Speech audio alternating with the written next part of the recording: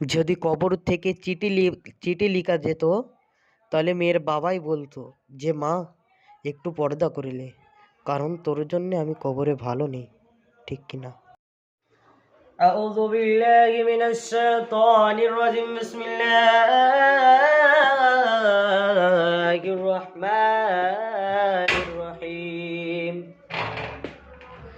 الحمد لله رب العالمين الرحمن الرحيم مالك يوم الدين إياك نعبد وإياك نستعين اهدنا الصراط المستقيم صراط الذين أنعمت عليهم غير المغضوب عليهم ولا الضالين بسم الله الرحمن الرحيم ألف لام من ذلك الكتاب لا ريب فيه هدى للمتقين الذين يؤمنون بالغيب ويقيمون